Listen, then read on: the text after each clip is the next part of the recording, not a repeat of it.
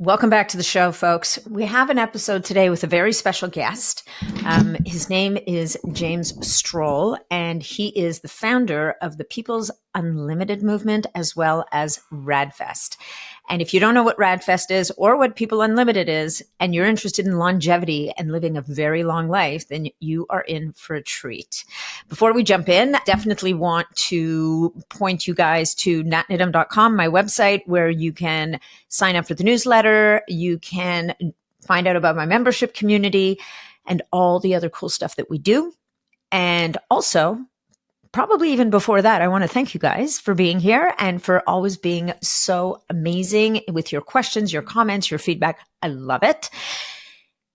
And I think I'm going to leave it at that today. We're going to keep this super short, right? Oh, actually, last thing is always a reminder, if you're willing and open to it today and get value from this episode, not only would I encourage you to share it, but also make sure to leave us a review on whatever platform you're listening to the podcast on. Imagine a future where aging is optional and lifespans are limitless. James Strole has devoted his life to making that vision a reality. Guided by a spiritually open-minded mother, he learned early to question why we accept aging as inevitable. In the 1990s, he co-founded People Unlimited, a community that believes we can live without the usual limits on lifespan. He later helped launch RAADfest, the world's biggest festival for radical longevity, where cutting-edge science meets community. In this inspiring episode, James shares how the longevity movement evolved from fringe ideas into a global phenomenon. He highlights breakthroughs in gene therapy and aging science that could dramatically extend healthy life. And he reminds us that cultivating a never say die mindset is just as crucial as any new technology. If today's talk inspires you, James invites you to join him and me, I'll be speaking there this year, at RAADfest this July 10 to 13 in Las Vegas. It's the perfect time to meet the longevity community in person and the scientists who are really moving the needle in this area. I hope to see you there. To find out more about this year's event in just a few weeks, just head on over to raadfest.com. You'll see who all the speakers are, find out about buying tickets, the whole nine yards. And to spell RAADfest, it's RAAD fest.com. Hey folks, just a quick reminder that all of the information presented in this podcast is for information purposes only. No medical advice, no diagnosing, no treatments suggested here. Before you try anything that you hear about or learn about here, make sure that you check with your medical provider. A huge warm welcome to you, James Strole. Thank you so much for taking the time to be on the show today. Well, thank you, Natalie. It's my pleasure. Yeah, no, I'm excited for this conversation because you've become such a beacon in this whole space of longevity, life extension, the RAADfest movement, radical, like what is radical life extension, right? Mm-hmm. Is the impetus behind RAADfest.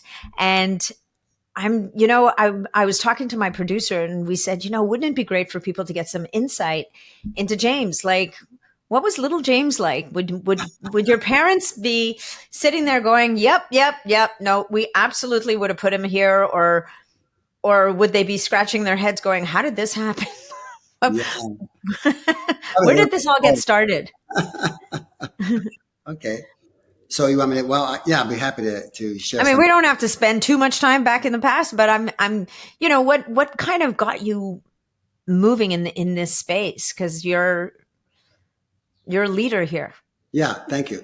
Yeah, well, it is. I think it is pertinent because I was very fortunate to have a mother, in particular, my dad was a businessman, very successful, had his own real estate firm, et cetera, and did real well. My mother was very progressive along the lines of human development. I was the youngest of three boys, and the only one that was interested in all the things she was doing. My brothers, they were into other stuff, and I was into, the things that, what was the next speaker saying about, whether it was health or whether it was something from a religious faction or whatever, spiritual faction. My mother left organized religion when I was only about 10 years old. And because she was searching for more, is the expression she said. At that time, I didn't totally understand what that meant.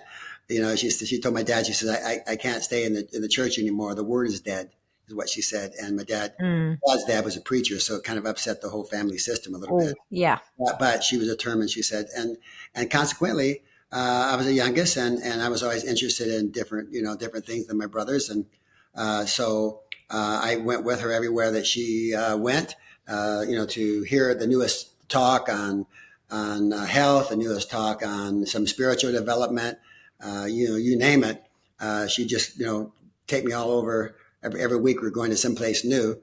And when I was 11 years old, though, what got me really going into the radical life extension is I was very close to my grandmother, and she died, okay, of cancer. And I saw her deteriorate. She was such an amazing, vibrant person. I mean, really energy packed, just always right there for me. She lived with it for a period of time. I just was really connected with her. And then I saw this happen, and I thought right then and there, oh, something's wrong here to see somebody so vibrant and beautiful and filled with wisdom just deteriorate and pass away. So I said to my mother, I said, when will I get to see my grandmother again? And, at that time she was out of the religious world, but she didn't know, I think, what else to say to me. But so she said, well, you'll see her in heaven, when you die, know? And I thought, oh, that didn't sound good to me. That again. Yeah. That again. I got to do that. And I said, so I just popped on my mouth. I said, well, why do we have to die to go to heaven? Why can't we have heaven here on earth? Why can't we have a world that we don't, have to go through all of this? Fundamentally is what I popped out of me. And so thankfully she was progressive, and she said, well, oh, that's a good thought. Why don't you pursue that? And that was just in me all the time. I mean, when I got into, when I was in grade school, I started writing themes on this, on life, without life without death, basically life that we could just live at heaven here on earth. And this is what I just wrote all this stuff, and I was pretty shy, and I didn't speak a lot about all my feelings, like I think most kids at that age probably. And so, but I did write a lot, like to write. And my teachers, fortunately, I also got a teacher that was very encouraging. And said, when I was in sixth grade, and I actually called my parents in and say, hey, this kid is writing things that I've never heard before that are so amazing to me at this age. And I said, I want to, bring that to your attention, and that, that needs to be cultivated in him. There's something special about that. So I was grateful for that type of I'll say, encouragement, and so consequently, the short story is I kept on having that in my heart. Of course, I did all the other things kids do. I played sports, all the stuff, and did all the things. But that was so in my soul, I'll say, that it kept me from doing things that a lot of my friends were doing to possibly destroy themselves. Right. Drugs. I didn't want to. I was afraid to do drugs. So I didn't want to take away this. I'd take a risk. I saw some of my friends, take bad trips and end up, with issues. And I thought that was during the era of the 60s. So there's a lot going on like that. And I thought I didn't want to do any of that because I didn't want to, damage what I was feeling in my person. And so I stayed away from that, fortunately, and also got that time involved in integral yoga, at 16 years old. Wow. Yeah. The master, the guru was Sri Aurobindo, who was like the Abraham Lincoln of India. He believed that all the yogis should join in together, integrate, and use their enlightenment, not just to argue about who had the most, enlightenment, but to use that power to create a super body that would not die. That was back in the 60s. I thought that was pretty amazing. Yeah. That is amazing. I got involved in that for a long time. Went to the Sri Aurobindo ashram in San Francisco, studied there. They had one also in Sedona. So I was fortunate to have those exposures. And then later I got to then I moved from there to psychocybernetics, many things that I did. But it was always that strand, you might say. I think when you have that intention of something strong, you draw to you, Yes. Yeah. Things are attracted. Yeah. Yeah. And I just found myself, the next thing I know, in 1968, my mother took me to a talk with Bernadine Brown, who was my partner, who recently, as you probably heard, died in June of breast cancer. Yeah. She's 86. But such a vibrant, what a loss for us again. and the world for that matter. Such a beautiful person and so vibrant with life. But anyway, I met her, another individual. She was working with Charles Paul Brown, speaking on that immortality was possible. Unlimited lifespans were possible. That was in '68, so there wasn't much science about it at that time. They were just saying that, it's a real possibility. That's really was meant to be our true destiny as human beings, to put death underfoot per se. And so I started, going to their events. They were actually based out of Colorado. So I would go there sometimes and to their events. They had some pretty substantial events. I went up there to a retreat that had about 400 people at it. And it was an amazing time. Then I ended up, getting married, going to college. Oh, doing all the things still, but yeah. very much a spiritual path up until that point, yes. right? Like very much on the spirituality side, yes. which I think we'll talk about this a bit more too, because obviously when we go to RAADfest, there's more to it than the spirituality, but it feels like you got that first grounding and that first movement in a more spiritual sense. Yes. And interesting enough, Charles Paul Brown, who was my other partner, along with Bernie, he actually was very science oriented too. He's always looking for, in fact, I got a whole scrapbook of science articles he's picked up way back in the 60s, way back to about 1974, I think it was, that a scientist was here in town. He was a geneticist, and he actually came out in the paper, I'm trying to think of his name right now, but he actually came out in the paper that he said immortality is possible. That was back in 1974. They were doing an event here in Scottsdale, a science event. And it's Joshua Ledenberg, Dr. Joshua Ledenberg. Yeah. And so we're always looking for, more science in that context to, I'll say, confirm what they were feeling and along the lines of immortality being possible. But it was hard to find during those times. So we traveled all over the world speaking on unlimited lifespans and radical life extension, / immortality, and had great success in the context of awakening people to the concept, and then we worked together from 1972 to about 95. Charles got sick with Parkinson's. And so it was harder for him. So Bernie and I formed a foundation here called People Unlimited in Scottsdale, where you spoke at not long ago. Yeah. Called People Unlimited.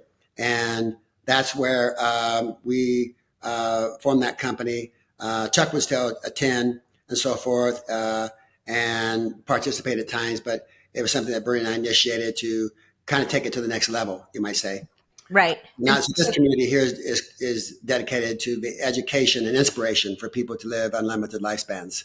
So that's kind of the short story of a long story. Yeah, because that was 1995 where you officially founded People Unlimited, right? Correct. Yeah, and so. And you may still be dealing with this, but maybe less so these days. But at the beginning, did you deal with a lot of skepticism from people, like people looking at you going, come on, like that's just not a thing.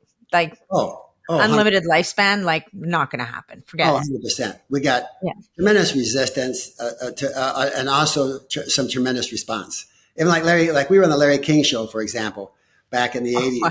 Yeah. And we spoke, three of us were on there. And it was great, he had some reverend up there with us, refuting us, going through the Bible, trying to find all the passages of where we're supposed to die. But Chuck knew the Bible very well, so he was coming back with them with all the passages that said we're supposed to live. Oh, you're kidding! So it became a theological kind of argument. That's really interesting. Exactly. But Larry King told us afterwards. He said, "Oh, I hope you guys are right because I want to live forever." And so he kind of kept in contact with us, had us on again on another show, and because he really connected, to what we were saying. So we had that great response like that, from people. But overall, it's like, the program runs so deep, right? Not just because. So that's why we really started RAADfest. One of the reasons, coalition, because in 2014, when we began to initiate the idea, because we wanted to reach out more to the world and community to educate people of the new possibilities.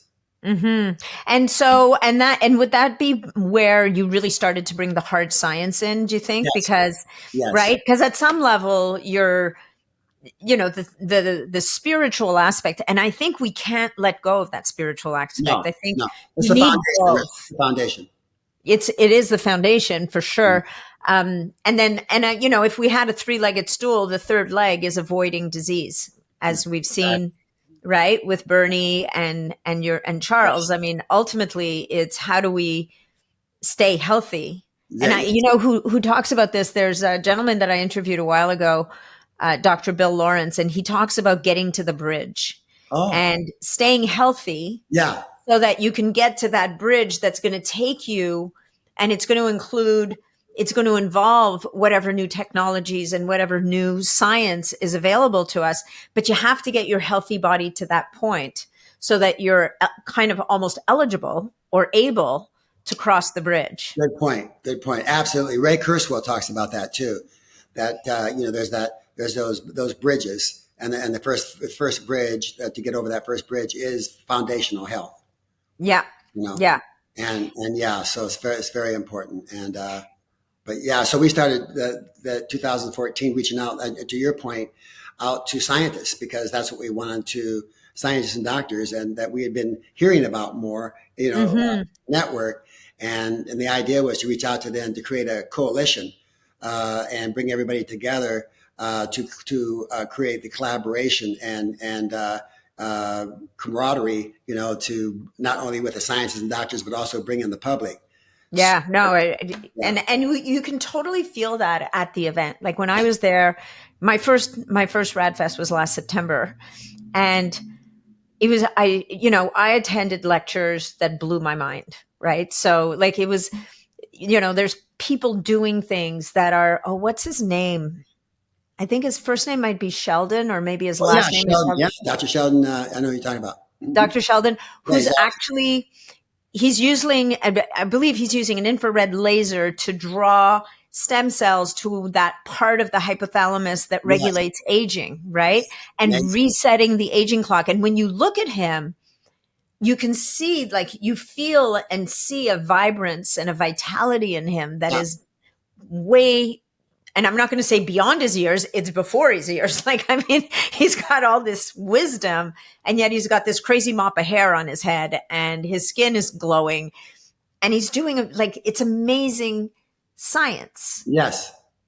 that is just, I mean, I'd never, and I'm sure his work is out there, but people like him getting up on stage and actually describing, here's how it can work. Here's the science of how we can bring these concepts to life to people.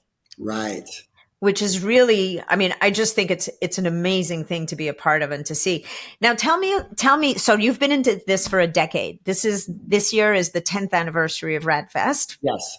in Vegas in July. I'm like, wow, okay, July, Vegas. Yes, let's do it. Well, when you look at it, it's an interesting thing, right? I mean, we still worry about weather conditions, and I understand, but this is a city in itself. You're not Yeah. even, 3 days, you probably won't even go outside. And No, exactly. even if you did, there's pools. I mean, you don't even need to go outside. Like there's 12 different restaurants, bowling alleys, theaters. I mean, it's a city. And, when you're in an event anyway, anywhere you go anyway, you hardly go outside as it is. But 100%. outside, there's pools and everything else, and air conditioning. Like it's here in Arizona. People say, "Oh, it's hot." Well, we don't hardly even notice it now because of AC in the cars. Everything else. I mean, it's not something like back when I was born in this area. I can Oh, were remember, you really? Okay. and just VAP coolers. Well, then there's another scenario, right? But then you even acclimate to the heat. But so 100%. I guess the point is too. Look, I said to an individual today, when somebody else complained about the weather, about that, they're not going to come because of the weather or something. I said, look, death doesn't take time off, you No, know, no, that's such a good point. we need to move. We need to be a people. If you're really serious about living, you need to be a person that isn't subject to the conditions around us to move for your life. I understand we have these, built-in things in our bodies, or, but it's really in one level. I don't mean this rudely, but it's kind of ridiculous to worry about the heat in Vegas when you have this city that's all AC, right? 100%. You're going to be learning things. You're going to be learning things that can save your life. You got to weigh. You got to weigh the. Well, and not only that, I can tell you that at the last RAADfest I was at, I never once was inspired to leave the room. It was more a question of which room do I need to be in right now to have my mind blown next. Yeah, I don't ever remember. We've been in Vegas now twice for RAADfest. I don't ever remember, like I say, other than going out to the building, I guess to catch a taxi somewhere one time, but then it's got AC in it, right? So no, I mean, look, for someone like me, I will step outside the door first thing in the morning to see the sun. I will try to step outside the door in the evening to see the sky, but anyway, okay, I have other better questions for you, way better questions. Okay. My next question is, how have you seen this longevity space evolve over the last 10 years? Like you are the OG really, like you're the first guy that really kind of got into this space. Like what's been the evolution you've seen that over the last and more than a decade, really? It's a decade since you started RAADfest, but how have you seen this space evolve? Yeah, well, it's been phenomenal. Just see, these, first of all, the first year in 2016, the excitement of bringing over 1,000 people in the room to collaborate with each other, the energy, the feeling with the doctors and scientists, being grateful that there's more people than just them who are feeling this. People in the room that were saying, oh, I thought it was just me that felt this way. And now I got all these people. I don't want to go home. But also, seeing these innovations that were already pretty amazing, but to see them grow through the years and to see things like, for example, NAD infusions, be maybe, $4,000 or $5,000. I'm just using that as an example. And now you can get them see the prices reduced. People were worried then, like, oh, this is only for the rich.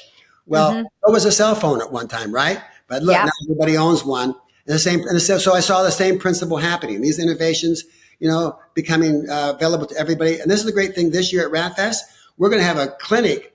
We call it RAAD Clinics. It's the first time we've done this. We're going to have a clinic filled with top innovations that you can do. Everything from TPE, therapeutic exchange, plasma exchange, to EBU, to all kinds of different therapies. Instead of that are in a clinic that people can come and blood test, you name it. I mean, this whole list that people can come and do at discounted prices. We wanted to set it up that way so people have a place to go to try these things, right? Some people, wow. So it's experiential. Don't have it available. Yeah. So it's experiential as well as sitting and filling your brain. Yeah. I love that. So what excites you the most about the future of longevity? Like where do you think what do you think are the most, I don't know. Like, I mean, I get to interview people sometimes, like we were talking about Dr. Gross earlier. Here's a doctor who's figured out a way to help people regenerate cartilage into joints. And, that might not be the first thing people think about when they think of longevity. But ultimately, if you're going to be around for however long you're going to be around, you want joints that are working, ideally, you don't want to have artificial parts if you can avoid them. Yeah, absolutely. It's kind of like Aubrey de Grey says, right? How do we get to be really not deteriorate and fall apart? The longevity, escape velocity that we keep. There's not just one piece of the puzzle. There's many, and then like a classic car that's immortal, you make it immortal. Because you keep replacing the parts, you keep fixing it, and now you can have this beautiful 1940 car. You can have it in your garage and it's like brand new. That's the same concept with our bodies that we can do. So I don't think necessarily there's going to be one innovation. There's many. I'm grateful for Dr. Gross, for example, what he's doing, and so many of these doctors. I do lean to I'll say some extraordinary things like gene therapies and so forth, because how about being able to regenerate the whole body at one time? How about being able to reverse your biological age from say 80 to 25? Yeah, right? Which is on the table. I think in the next 1 to 5 years or less, I think in the next actually 3 years, we're going to see a remarkable age reversal innovation that will be available to it'll be more expensive than say most can afford, but the price will be driven down fast because we have people like Dr. Bill Andrews, who has a working on the stem and the telomere lengthening gene therapy that can reverse aging. And he's going to make, oh, there you go. There you go. You got the book. Just held up his book for Yeah. those of you who are listening. Just using him as an example, and there's many of these, that he been able to get that completed, which I think we'll be able to here in the next 3 years, that potentially can reverse aging dramatically. I mean, the entire body, right? So, but we do need these bridges of fixing our joints, blah, blah, blah. You know, I do all these things. Joint repair, exosomes, stem cells. I've done all these, and I don't have an ache in my body because of it, you know? And yeah, so, and I'm grateful for that. But at the same time, we want to stop aging, right? And that's what we're looking for. We want to be able to really reverse it. Yeah. Well, I think there's it's in the picture. It's kind of happening, right? I think the first thing for most people is to slow it down. Yes. Right. And what can we do? And what would you say are the top things that people can start doing today to slow down their aging process? Yeah. Okay. Well, one thing is to eat, I would say, pre-agriculturally, you know, don't be eating wheat, et cetera, and all the processed GMO foods. People don't realize how much inflammation that creates in the body. They can slow down aging considerably by doing Dr. Michael Rose's concept of paleo. All right. Yep. Where he actually talks about the immortal plateau, where you can actually reach a plateau where you're not aging just by eating. He's proven that through his fruit fly experiments that he's done. And so I eat that way, and it's enormous. And you're not, you know, people worry about food limitations. You're not really limited. And well, you're limited if you're going to eat just fast food, right? Right. But you get good food and healthy food and food that energize your body. So that's so important. All right. And that doesn't cost people any more money, right? They just have to make the right choices. So then there's movement, right? The right kind of movement, not movement that pounds your body. You know, men have the idea that, you know, the heavier weights they lift, the healthier they are, or the stronger they are. The reality is that's just an evolutionary response to being a muscular male, so you attract women to propagate the species. Correct. Well, there is a piece of lifting heavy weights that helps the body to maintain muscle, maintain bone. Well, there is that we need that some degree of that stimulus to encourage the body to maintain those tissues. Yeah, let me define that. Thank you for saying that. But I'm talking about, sure, but not over. We're talking about like muscle building. Yeah. I'm talking about lifting weights that, you know, you're straight, you're in pain for, you know, all week. You're straining joints. You're straining, you know, you're having surgeries because of it. Yeah. You know, I'm talking about this, but this is that's a whole different world. So I'm talking about longevity exercise. Okay, exercise that doesn't put undue impact on your joints. Puts a amount of impact, right? I do OsteoStrong, for example. Okay, yeah, a certain big fan. My joints, my bone density has increased 20%.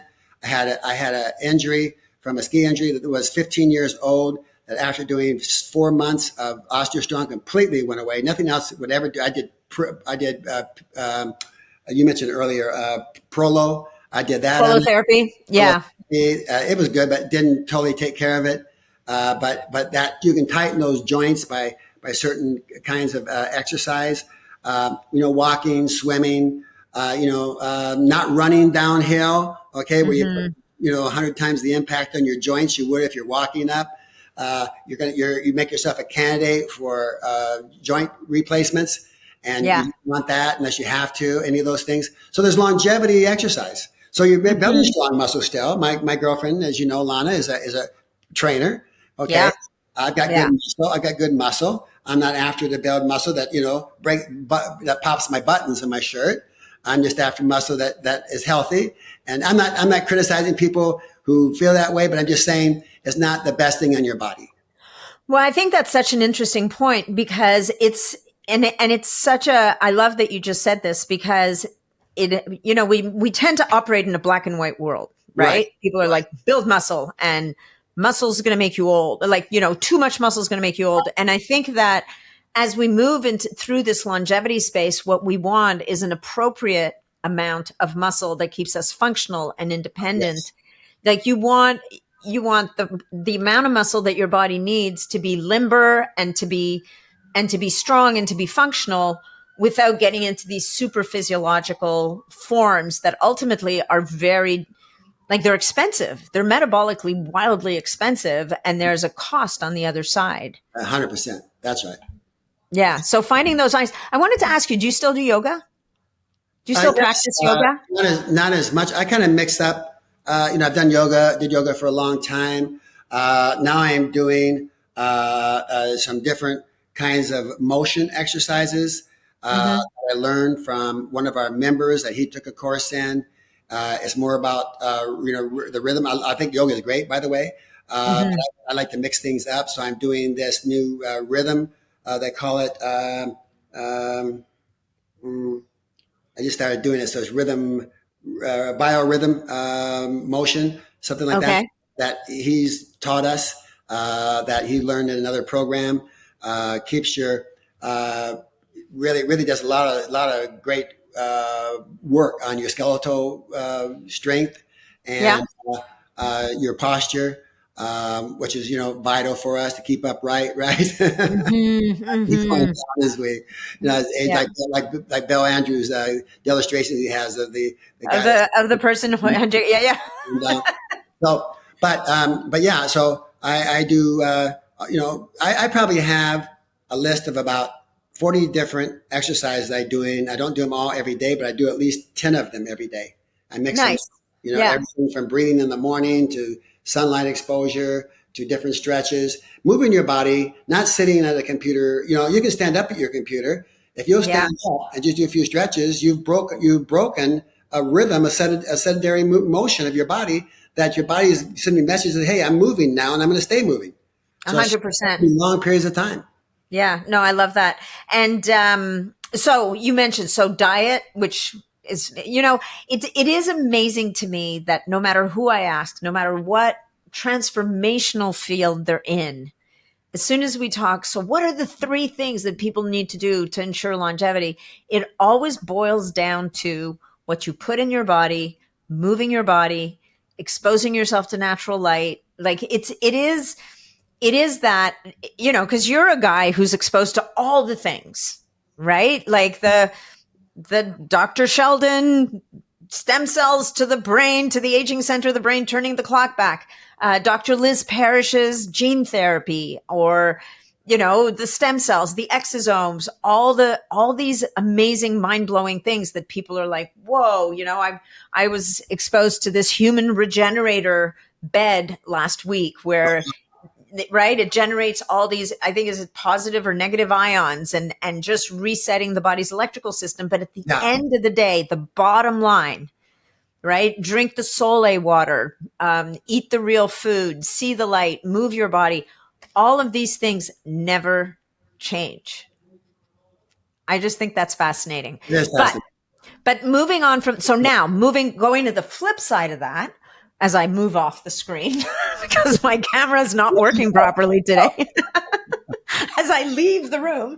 Um, so, of all the things that you've seen so far, are there any particular things that stand out to you that are really, even if they don't fully exist today, that are really going to move the needle for us in achieving this whether it's a forever life or a really long life?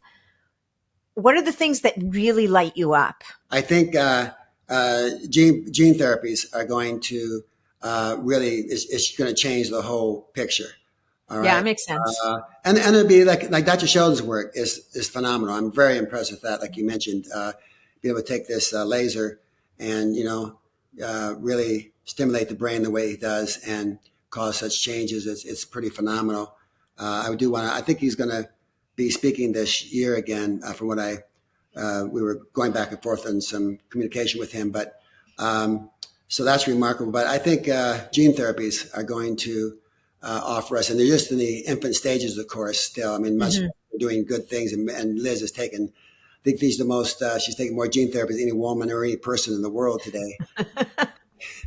Yeah, but it's that it comes. But what's amazing to me is that that, like gene therapy, for example, it's ultimately about tapping into the body's own system Yes.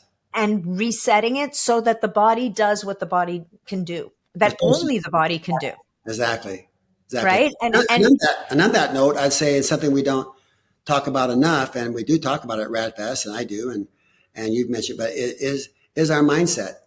We don't know, and connected to, like you said, gene therapy is being able to enable the body to do what it really does.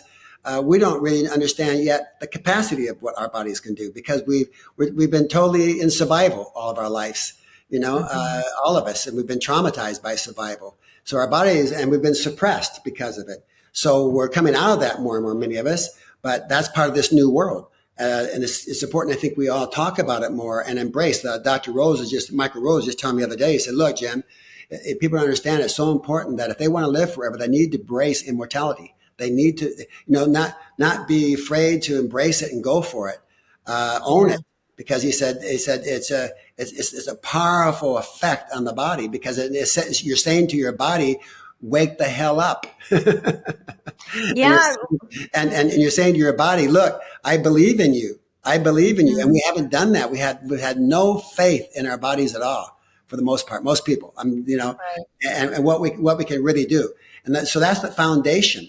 And by being able to really get connected that way and realize how sacred we are, and the power that we have, it enables everything else to come forth better. The innovation you do. I mentioned Dr. Gross and I were talking about this yesterday before I left Vegas.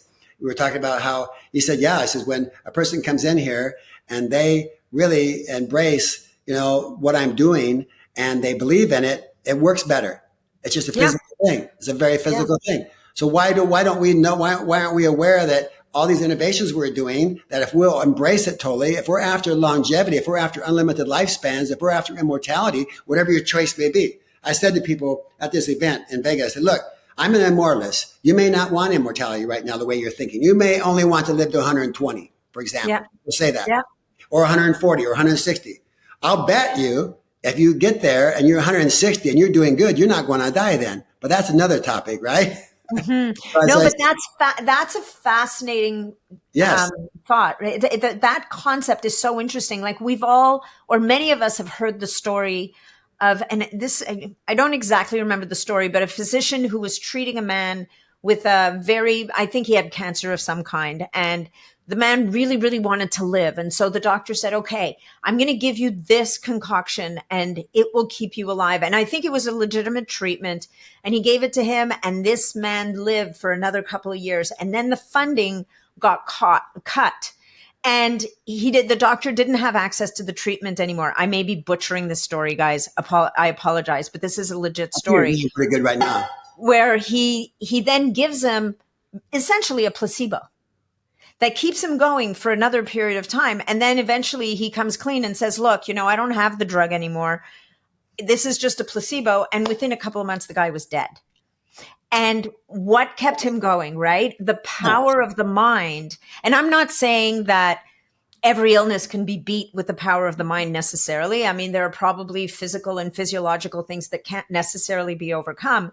But to your point, I don't think we can achieve these crazy what seem to be crazy goals, these lofty, let's call them lofty goals, or really extensive goals, if we don't get our minds on side. Well, yes. We don't believe. 100, yes, absolutely. This is what I came in contact with in my own self about 3 years ago, that because I come to the point after the pandemic and everything, and I've been working in this field for so long, and I thought, oh, wow, it's going to take something more than what we all recognize to live unlimited lifespans.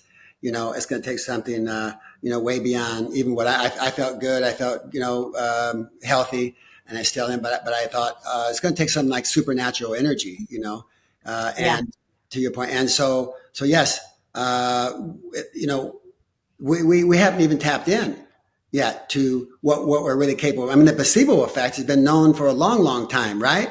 I mean, that's why we have double-blind studies. The best of science, they have to have a double-blind study because of the placebo effect. So why aren't we aware that of that? The power of that, So maybe every disease or a lot of diseases could be cured that we don't even know yet because of that. But point being, we just haven't tapped into it completely.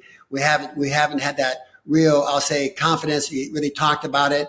And that's why I'm talking about it a lot now, because I think it's foundational to not only living and getting over diseases, but also living a long time with the resilience and strength we need.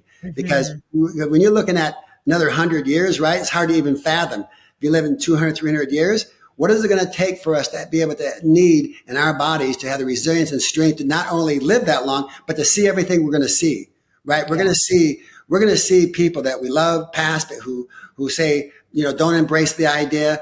People that we care, we're going to see a world totally change. Maybe completely turn over to something different. We have to have the resilience and strength to be able to do that. And so that's in our bodies, I believe. That's innate in us to be able to tap into if we will do it. Mm-hmm. Yeah, those are all really interesting ideas. What do you say to people who believe that the concept of immortality goes against nature? Like, what do you say to people who will say to you, this is, you have to leave room for the next generation. Like, we're overstaying our welcome. We're going to, there's only so many resources to go around. And like, how do you kind of interact there's a whole body of thought around that it's natural to come to, like, the life and death cycle is a natural cycle, and by not moving through that cycle, we're fighting nature somehow. And what are your thoughts on that? Well, I used to say at one time in my life in this movement, I used to say that's ridiculous. Okay. But now I say I understand. Okay.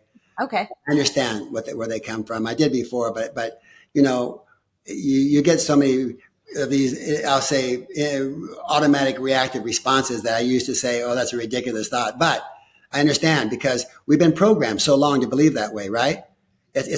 We're indoctrinated. We're indoctrinated that we have to, that we're interrupting the mother nature. We're breaking the covenant of God. I told one guy, I was speaking in Israel on immortality, and this guy was sitting in there listening to me. I could tell he was really responding in his body. He was excited at the idea. But then afterwards, he came up to me, he told me he loved what I was saying, but he said it's against God's will, though. And I said to him, oh, really? I said, well, didn't God say he made us in his image? And he said, yeah. I said, well, God's immortal. So why wouldn't he want us to be immortal? And then he couldn't say anything after that. He was like, oh, okay. Good answer. We haven't thought all these things through. This is the reality.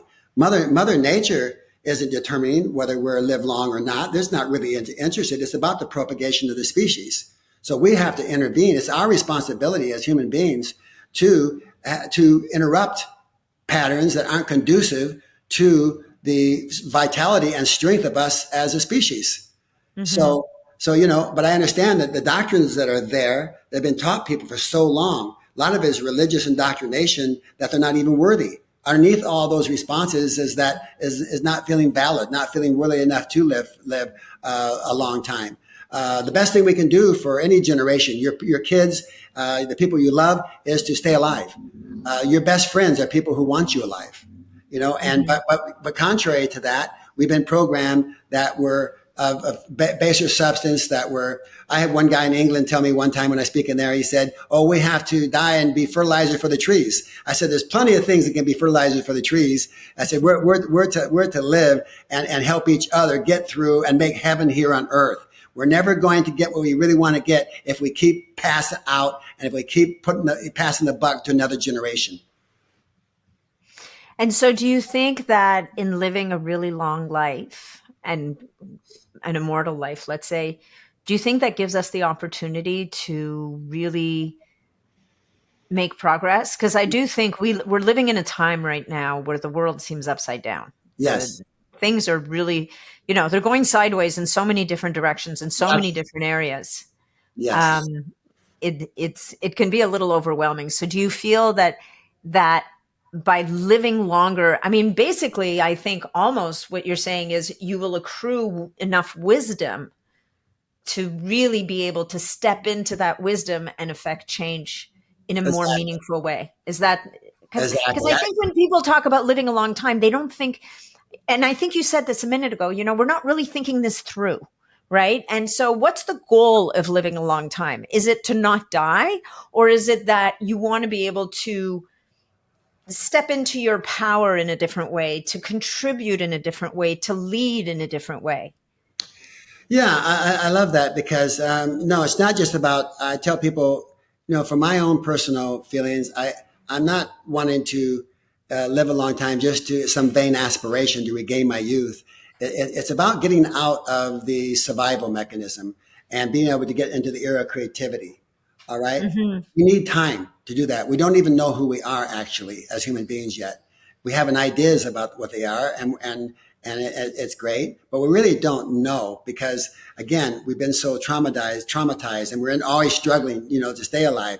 But ending that, ending the tyranny of death on our bodies, all right, we'll be able to expand and develop like we never had before. We'll get into the era of creativity, and that's what I'm excited about.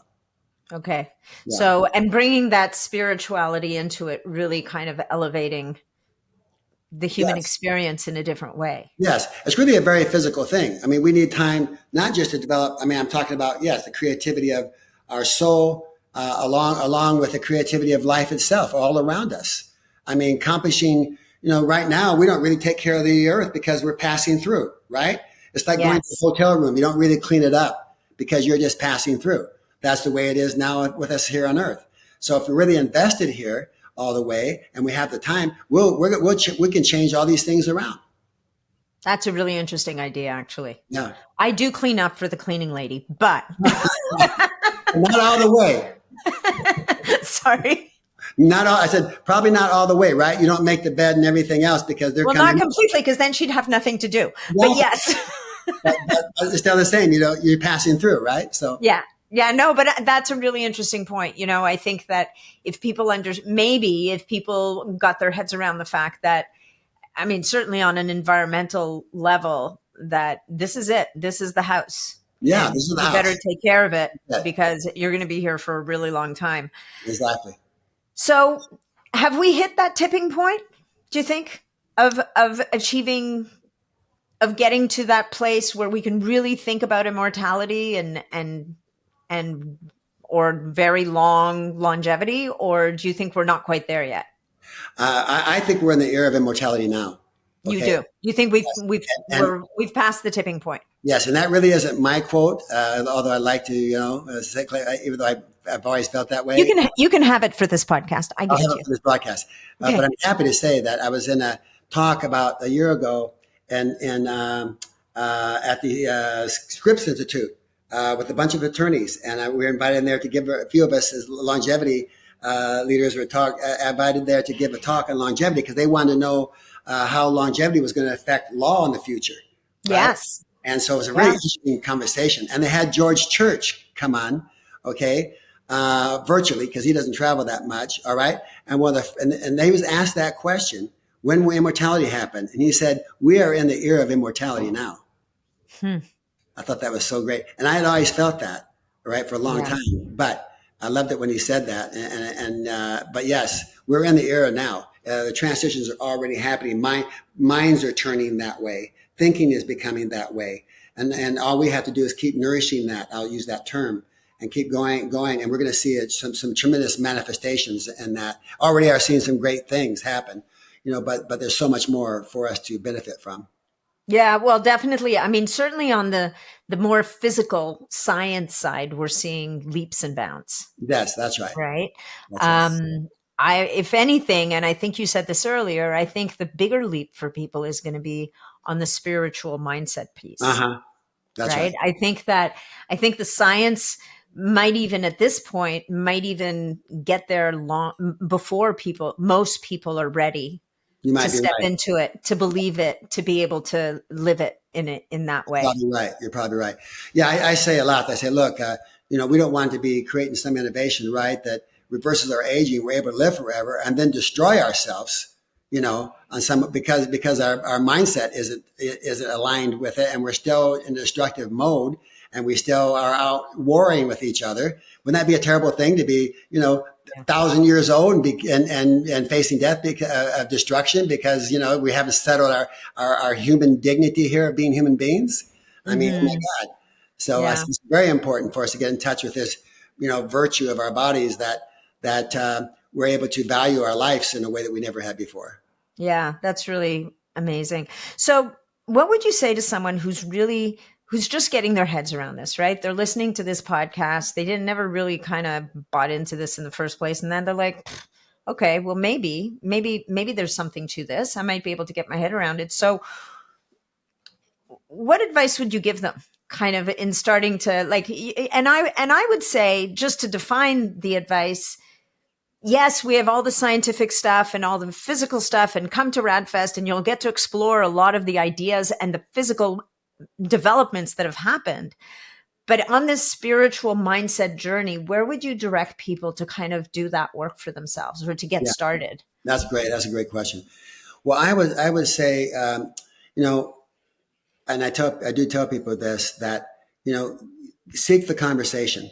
You're exposed always, all the time, to conversations around a death program, right? You're hearing the negative news. You're hearing people Mm, always talk about, oh, how old they are, and they're dying and they're getting old, and all these conversations. Seek out conversations that are lifting your spirit by talking about unlimited life. There's all kinds of these conversations going on now. mhm. You can contact People Unlimited. You can go online without any charge to People Unlimited and get in the conversation with us. You can go to Church of Perpetual Life in Florida and get online with them. They're talking about it. And these are more of the inspirational and science both Mhm. conversations. Okay, you can come to RAADfest. You can go to other communities that are having these. Get involved in conversations. They're online also. There's Yeah. longevity chats going on. Get online. Get into the conversation. It's amazing what can happen just in the conversation. We're exchanging just even right now, Natalie. We're exchanging. I'll say virtue with each other that shifts the consciousness. We're not always aware of it, but these are the conversations that are so important, that lift the spirit, that lift the energy of the body, that Mhm. energize the cells. You can feel it when you're in these conversations. Whenever you can go into a room, right? And if the conversation is dark, you can feel your body sync with it. But Yeah, you're going down. that conversation is, a conversation that resonates with your body. You can feel the lifting of that too.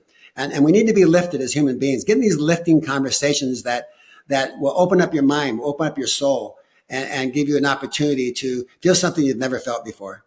Yeah, I think that's really good advice. And I think part of what you're saying is connect with a community that is Yes, like-minded, right? yes, You're going to need to, to get a different outcome, you're going to have to do things differently, and you're going to have to connect with different people who share your beliefs. yeah. And People Unlimited, we have these very deep conversations, and everybody's welcome in it. But you can tap onto People Unlimited, and it may not be for you then. And then there's other Mhm. communities. Try out different communities and what works for you. But Mhm. but overall, we all have a certain connection together in it. So Yeah. it's great, and that's what you'll see at RAADfest. People come from all different walks of life, all different companies, organizations. Yet we blend together. Yeah. No, there's a common thread that runs through it, right? Yes, It's there's a belief and an optimism and just a general energy yes, that is shared. exactly. And people may get there in different ways, but everybody's kind of pointing in the same direction. That's right. Yes, I think it's you've created something really amazing. Oh, thank you very much. Yeah, Yeah. I'm so happy you're participating. You've been a great contribution. Well, thank you. It's an honor to be a part of it. Thank you. Um, any parting words for the audience, Jim? Well, I'll just say stay alive, Stay alive, stay healthy. stay healthy. Yes, because you have to remember every day, this is an exponential movement, and the growth is happening all the time. And the healthier, like what you're doing today to stay healthy, is going to get better tomorrow. There's more opportunities all the time. and Hmm. uh, and your life is going to get better, in every way. More enjoyment, more be able to move your body, enjoy your kids, enjoy your grandkids, enjoy your own life. So, Yeah. so I just say, wow, feel the blessing of being alive, and open up yourself for these new thoughts and these new ideas. I mean, you have nothing to lose. You can always go back to the old, right, if you want to, but venture out to find out for yourself what is really real and what's not. Don't just listen to your neighbor, or some other person that's saying, putting negative thoughts on you or whatever. Go and venture out and find out for yourself what is really real. And I think you'll find something that you'll be amazed in. I love it. That's really beautiful advice. Thank you. So where can people find you? How can they learn more about RAADfest that's coming up in July? Yeah, RAADfest is July 10th through the 13th in Vegas at the Red Rock Resort. We'd love to have everybody. This is a movement, by the way. It's not just an event. It's a movement. It's a people's movement. It's a nonprofit organization. Everybody's welcome. Whether you don't know anything about RAADfest or science or the science of longevity or not, you'll learn there. It's the speakers, as you know, they do a great job of translating their message, to the absolutely lay person. So so they come to RAADfest. Look it up. You can Google RAADfest, RAADfest. Come People Unlimited. Come online. You can Google People Unlimited. You find out. Click on the icon there to come online. Every Monday and Friday we have events.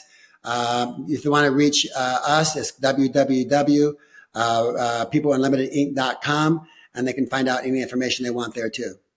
Amazing.